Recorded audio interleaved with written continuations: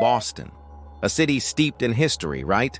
But not all its empires were built by patriots and merchants. Some were built in the shadows by men who clawed their way up from the city's toughest streets, forging their own dynasties of fear and illegal power. These guys became underworld legends, their names spoken in hushed tones, a mix of fear and, let's be honest, maybe a little twisted respect. This is their story, incredible climbs to power, fueled by sharp minds and shocking brutality, and the epic crashes that brought their terrifying reigns to an end. Forget the history lessons you learned in school. We're exploring the real, gritty Boston they once ruled. So how did Boston's underworld even begin? It didn't just pop up out of nowhere. Think back to the early 20th century, especially Prohibition. That was like pouring gasoline on the fire for organized crime. Now, Irish street gangs had been a fixture in Boston's rougher neighborhoods for ages. But then came the nationwide surge of Italian-American organized crime, forming bigger, more structured syndicates. Here in New England, that growing power eventually became known as the Patriarca crime family. Its roots go back to the early 1900s, starting out in Boston and Providence, Rhode Island. The fellas who came before the notorious Raymond L.S. Patriarca, they were the ones who laid the groundwork. We're talking control over illegal gambling, loan sharking, and all sorts of rackets that preyed on the newer immigrant communities. They lived by the code of omertà, that strict Mafia vow of silence, and dug themselves deep into neighborhoods like Boston's North End. This let them operate pretty freely, their influence slowly but surely seeping into the city's very fabric. This was the time of carving out territories, using fear to keep people loyal, and learning the tough lessons of power in a city that was changing fast but still, in many ways, deeply tribal. From this simmering pot of criminal ambition, one man would rise to cast a long, dark shadow over all of New England. Raymond Patriarca Sr. By the mid-1950s, he was the undisputed boss, no questions asked.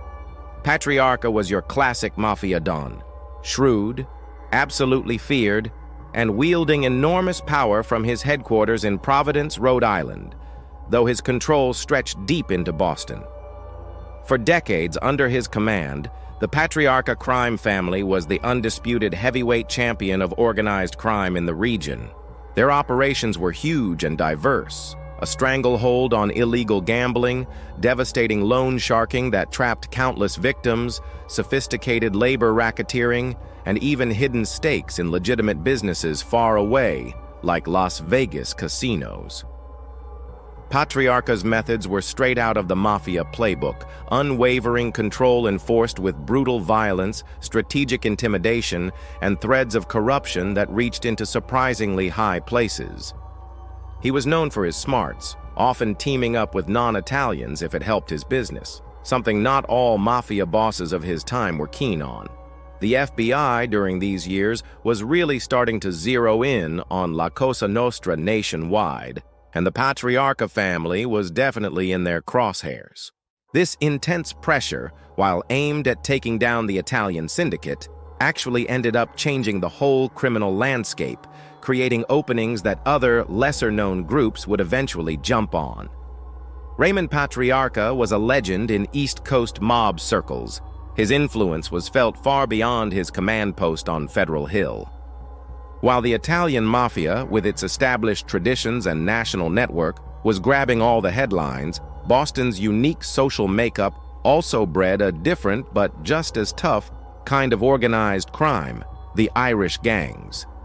Historically, neighborhoods like Charlestown and South Boston, or Southie as everyone calls it, were tight-knit, often poor communities that fostered fierce local loyalty and a deep distrust of outsiders, especially the cops.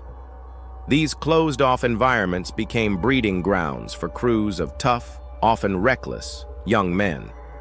Among these was the Winter Hill Gang, which got its name from a Somerville neighborhood just north of Boston. In the beginning, they weren't playing in the same league as the sprawling Patriarca empire.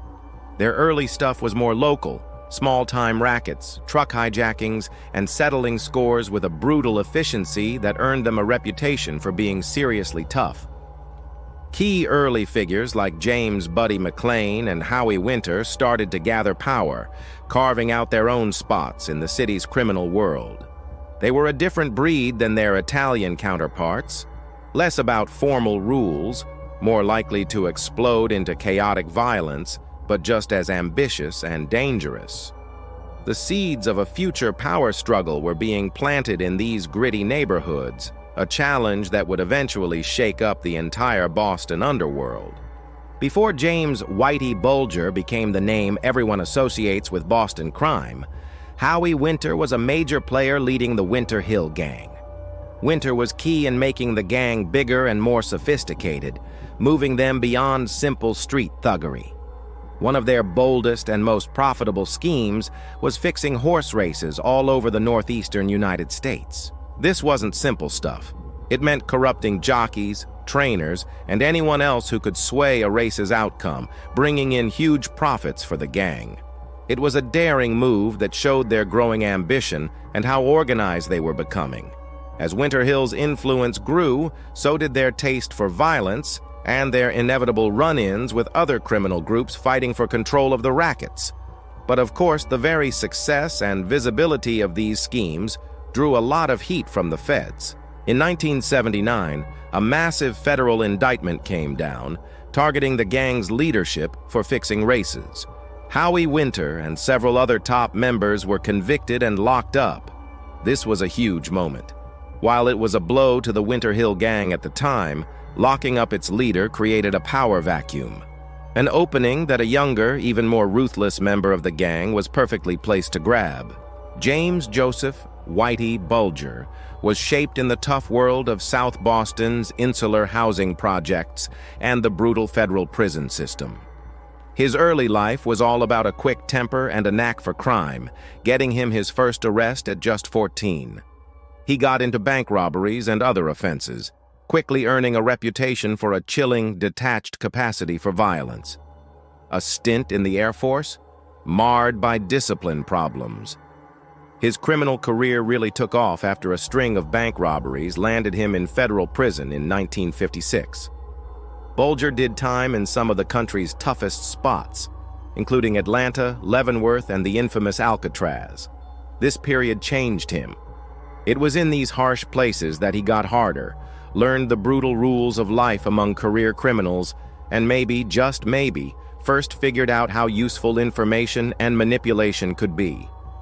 There are even accounts suggesting he took part in controversial CIA-led LSD experiments while locked up in Atlanta, hoping for a shorter sentence. When he got out in 1965, Bulger returned to Boston a different man, colder, more calculating, and deeply familiar with the ways of the underworld. He initially got back into the criminal scene as an enforcer, a foot soldier in the ongoing gang wars, his time in the federal system having boosted his cred among Boston's toughest.